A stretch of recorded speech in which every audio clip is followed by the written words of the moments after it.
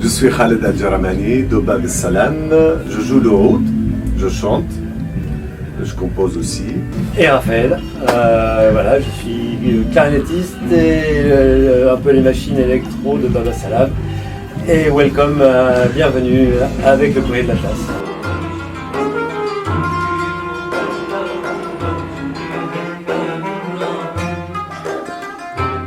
Bab el-Salam, notre groupe à Alep en 2010, au citadelle d'Alep. On a joué dans la salle de trône. À la fin du concert, on a des derviches tourneurs, des derviches traditionnels, avec leurs robes et tout ça. Ils sont montés sur scène, improvisés ensemble avec eux pendant à peu près 20 minutes, un peu plus. Mais improvisé, vraiment, on n'a rien organisé.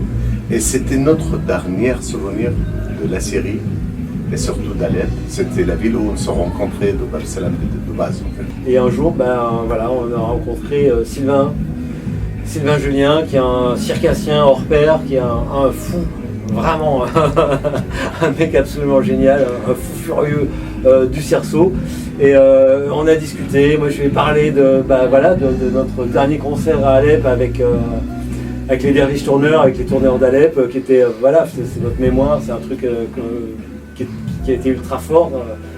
Et puis lui, il me parle de ses cerceaux, il vient vraiment des maths, de la technique, enfin, le mouvement perpétuel, le cercle, et on s'est dit, il faut qu'on fasse quelque chose ensemble, et voilà. On travaille que en aller-retour. Aussi bien à l'intérieur de Bab el-Salam, on propose des choses, chacun propose des choses, c'est très collégial. Et avec Sylvain, ça a été exactement pareil. Lui, il savait faire des choses, il nous a montré des trucs, on lui a proposé des musiques, il a essayé d'autres formules, et puis on l'a emmené ailleurs. Sylvain, au départ, c'est plutôt quelqu'un de super drôle en fait. C'est un circassien, et il n'est pas du tout clown, mais il a un côté humoristique très fort. Et nous, on l'a emmené dans un côté poétique. La poésie soufie, c'est une partie fondamentale de notre culture. Et la musique orientale, surtout d'une certaine époque, si on prend par exemple le 19e siècle, c'est rarement qu'on trouve des musiciens qui n'ont jamais travaillé de textes soufis. C'était vraiment, il y a une relation très profonde entre la musique, le chant et les textes soufis. Les poètes soufis, c'est vraiment partie fondamentale de ma mémoire. Là, qu'est-ce qu'on fait? C'est la musique soufie qui commence vraiment à l'époque classique.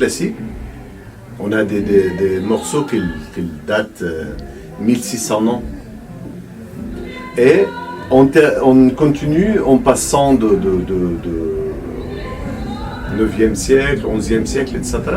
Aujourd'hui, le soufisme, c'est très large. C'est pas que le côté spirituel, religieux. Non, c'est vraiment humain. Par exemple, on a fait le pavan de forêt, avec un morceau de Rab'a al-Adawiya qui était écrit au 8e siècle. Et ça marche. Ça marche. La Rab'a, on a pris la poésie, on a fait une mélodie qui ressemble, qui harmonise très bien avec le pavan de forêt. Mais ça marche quand même. De toute façon, on a toujours un clin d'œil. Il y a eu la sultane de Couperin, là c'est Forêt, il va y avoir Mozart, enfin voilà, on a toujours, mais c'est anecdotique, si le public le voit pas, c'est pas grave. Nous, on sait, il y a toujours cet échange Orient-Occident.